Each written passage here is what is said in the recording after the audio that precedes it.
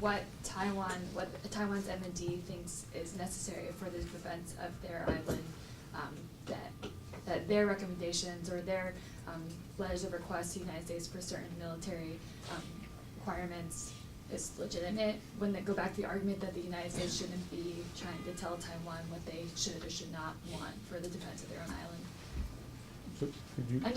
I just feel like it goes into this like cyclical question of Taiwan should be able to say like, oh, they know what they need in order to defend their island. So the United States shouldn't have to tell Taiwan, oh, I don't think you should get this. I think you should buy misos versus I think we should help you acquire what you need for your IDS program. Then it goes back to argument of like, oh, well then the United States should like then talk to Taiwan and be like, oh, maybe you do need missile submarines versus that. But the fundamentals go back to the argument that the United States shouldn't be telling Taiwan what they Well, need and I don't think, need. the conversation has actually been advanced, and, maybe the Taiwan military would like us to think on the basis that, they have to plan on the assumption that we won't come. But, there has been discussion over the last few years on what I think is a very important issue, and that is, what's the defense strategy that defines the capabilities that they need? And how can the United States and Taiwan, working together, craft a defense strategy that is appropriate to the current threat environment and the threat environment that will exist 10 and 20 years from now? That's not necessarily what individual elements of the Taiwan military think they want, but I think that the discussions that have existed have been pragmatic, realistic, made some progress, and you can see it sort of evidenced in some of Taiwan's public documents about the direction of defense policy. I thought that the speech that the Deputy Minister of Defense gave at your defense industry conference was really good. I mean, it reflected the level and sophistication of conversations that we had had over the previous few years.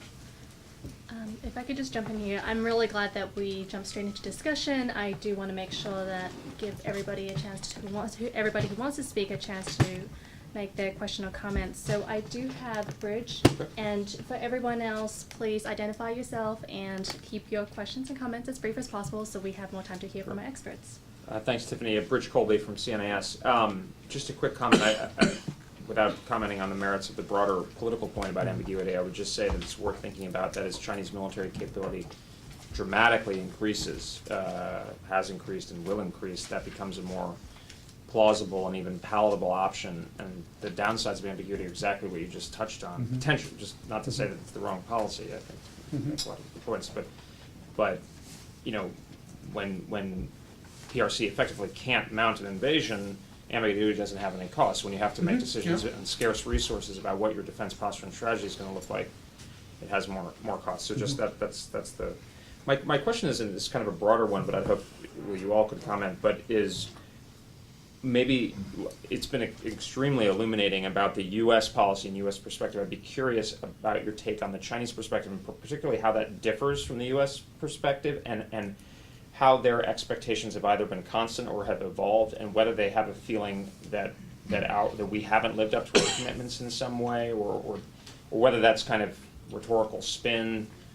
Just their kind of sense of the of this whole evolution. Perspective on what and commitments to what? Well, I think Taiwan. I mean, it's a huge question, but in a sense that have their perspective on how we have our policy and what they understood us to be. I mean, getting to your point about the arms sale discussion, I thought was very interesting in the sense of, what did they think in 1972 that we were basically giving up Taiwan, and that we have, or did they want us to think that we believe that, or something to that effect? I don't know if that's doable in the time frame. I've been involved in and out of the China policy process basically since the 1970s. the idea of giving up or abandoning Taiwan or thinking that unification was occur within any foreseeable period has simply not been on the table. Some people accuse Kissinger and Nixon, for example, of using language that suggested that they thought that Taiwan was going to be gobbled up by the mainland within a decade or something like that. That's nonsense. Mao Zedong said that he was thinking in terms of 100-year period, not in terms of any short-term time frame for dealing with this. So that, there was absolutely no need to be trying to persuade the mainland that reunification would occur within a short period of time. Nobody knew how long that period of time would be. And Paul, this goes back to your period as the Assistant Secretary. And the fact that it happened that Jiang Jingguo was thinking along the same lines that we were, that there needed to be some progression in the cross-strait relationship after the third communique. Because if you recall in 1987, George Shultz gave a toast in the spring of 87, Yeah. gave a toast in Shanghai suggesting there needed to be a flexible process in the cross-strait relationship, which Fred Chen, who was the Taiwan representative in Washington, was violently opposed to. And when we briefed Jiang Jingguo about it, he said it's fine. And 6 months later, he announced the opening to the mainland, because he was also thinking in terms of trying to open up the cross-strait relationship. And what Schultz had done was, he didn't tell him to do it. We had no idea that he was thinking this way. But he was able to do it, knowing that it was consistent with U.S. policy, that also thought that that would be a desirable thing. And this is related to a point that you touched on, Richard, that from the very beginning, while we haven't urged them to do things in the cross-strait relationship, we've always had as a fundamental part of our policy that we wanted a good cross-strait relationship, because this meant that the rough decisions about what we would have to do in military scenarios didn't have to arise. There's an interesting angle on this, because you remember when President George W. Bush was asked what he would do in a Taiwan contingency, and he said, "I'll do what's necessary." Whatever it takes. Whatever it takes. That's right. Well, this is a violation of the Taiwan Relations Act, because the Taiwan Relations Act is quite explicit on that. It says he will report to Congress in order to determine what should be done. That's what he meant by whatever it takes. I don't think it's what he meant. I don't think he read the Taiwan Relations Act. Sure. Okay, so I'm trying to go in order. I see a lot of hands. So first, Roy.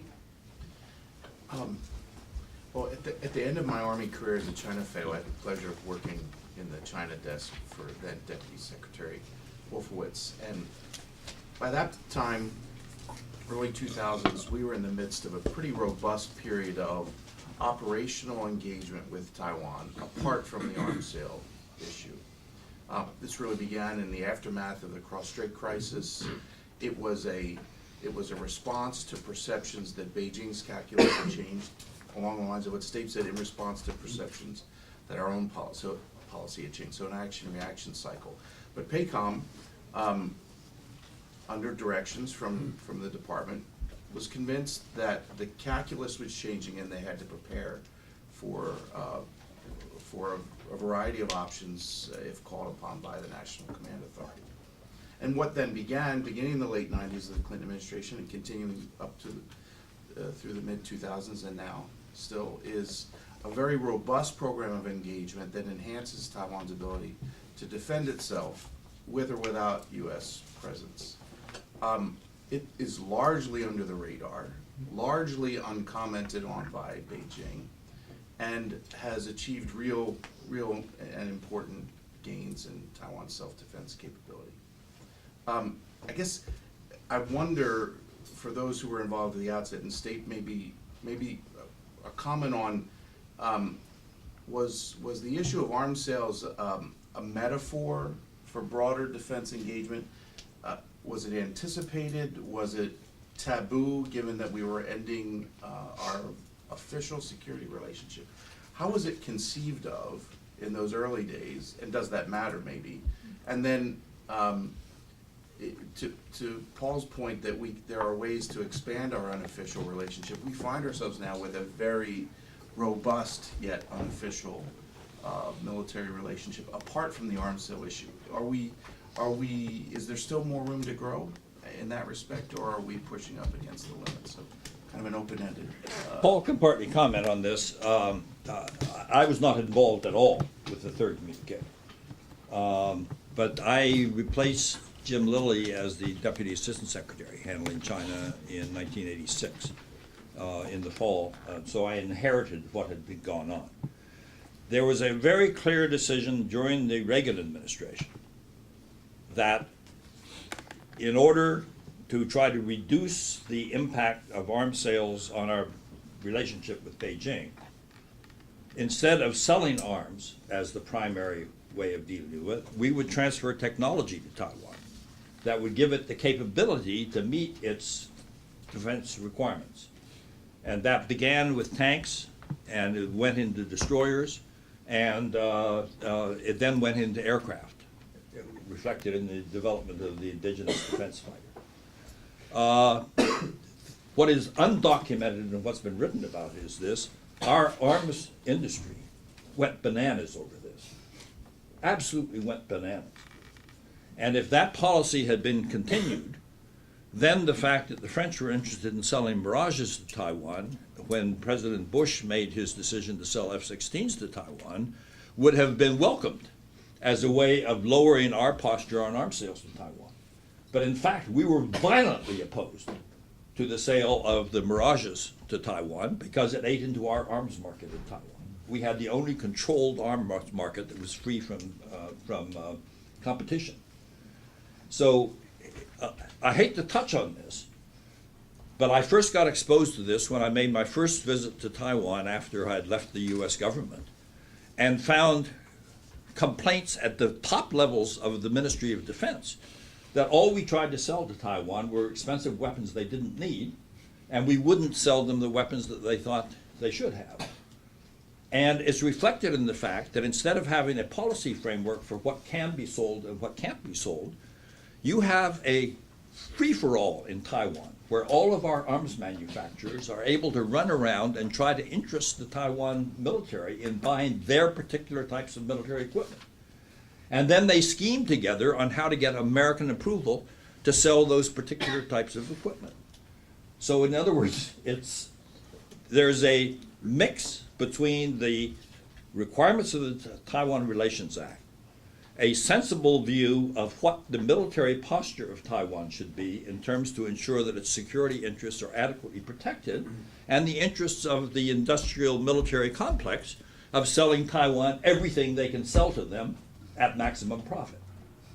And that last factor never gets discussed publicly in Washington, and yet is a major factor in arms sales to Taiwan. I must say, I'm not aware about what you say about the Mirages. Well, I was in the middle of this because I had to handle the F-16 sale in Taiwan. The intelligence community had created a rationale for the F-16 sale by claiming that the Taiwan older aircraft were being retired and there was going to be an aircraft gap. And they suddenly discovered that the indigenous defense factor was inadequate to meet the threat. So therefore, they tried to justify to the president selling F-16s. Maybe that was true, Stape. You should admit the possibility that it was true. Well, the reason I don't admit the possibility was true is when I left the job as Deputy Assistant Secretary, we had just completed the arrangements for the transfer of technology for the IDF, and it was clearly adequate to meet the defense requirements. But 6 months later, all of a sudden, a new look was taken at the question, and they decided it was inadequate. And from my standpoint, since I had been immersed in the technicalities of it, this was a political change, not a military change. Well, it's a market change too. Well, Because the at Bay that market. time, with the fall of the Soviet Union, we went from a seller's market in arms to a buyer's market in arms. Well, a key factor in this also was the Su-27s that were Yeah, being, yeah. but that was related to the South China Sea. Taiwan had discovered, because there had been some conflicts with Vietnam down there, they didn't have aircraft that had sufficient range to provide land cover to their operations there. And so they got the Su-27s, which were deployed away from Taiwan and were clearly not designed for the Taiwan contingency. But our intelligence community turned that into a threat to Taiwan and used it to justify the sale of the F-16s. But the justification for the F-16 sale was based on this fighter gap. But President Bush made his decision because he was trying to win the election in 1992, and so he wanted production F-16. So the F-16s that were sold didn't meet the fighter gap, which frankly didn't exist. They weren't delivered until 5 or 6 years after the sale. So these are the dirty little secrets of the arms sales business. But what did the US do to turn down Taiwan's purchase of Mirages? We made demarches to Taiwan When? in 92. No, couldn't have been. The F-16 wasn't until late '92, till October of '92. No, the president called me in August or September '92. No, yes, August or September '92, and told me he had made the decision to sell the F-16s. And I got the instruction cable to go in the next day and inform them of that. Taiwan made the purchase of the F-16s in conjunction with the purchase of 50 Mirages from the French. And we were outraged by the Mirage purchase. You would be more familiar with the Washington aspect of this than I was. I was sitting in Beijing and didn't see all of the Taiwan aspects. What do you remember about the Mirage sale? Well, I don't remember about the Mirage so much. What I remember is that the Clinton campaign was going back and forth whether it should try to beat President Bush to the punch on favoring it. Right. And my advice to the campaign was, you have enough trouble with China already because of human rights. Don't add to your troubles. And they took the advice. And the bottom line on the Mirage sale was that the French official who organized it Yeah. mysteriously fell out of a window. That killed the sale, so to speak. Well, speaking of windows, we have 25 minutes and I have 8 more hands up. So I'm going to very quickly group 2 questions together. So first,